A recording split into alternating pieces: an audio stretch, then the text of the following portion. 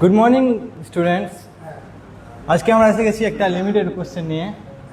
তো কোশ্চেনটা আছে limit x tends to 3 x to the power n minus 3 to the power n by x minus 3 equal to 27n। তাহলে n এর মান হবে, অপশান দেওয়া আছে, আমরা অঙ্কটা করে অপশান কোনটা ঠিক হবে ওটা দেখব।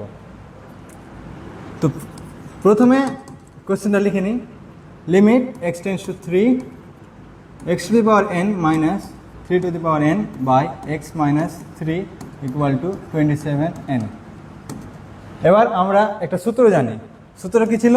লিমিট x টেন্স টু যদি a হয় তাহলে x to the power n minus a to the power n by x minus a equal to n into a to the power n minus 1 হয়।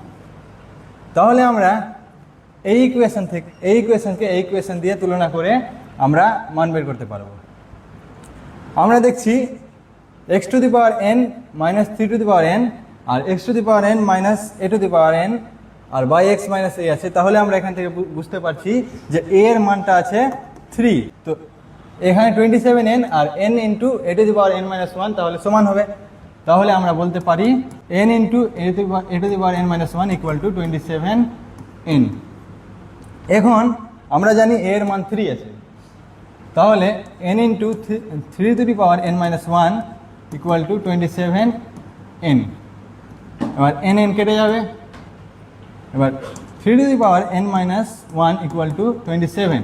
আমরা জানি 27 ইকুয়াল 3 এর cube, অতএব n minus 1 equal two 3, n equal to 3 plus 1 equal two 4।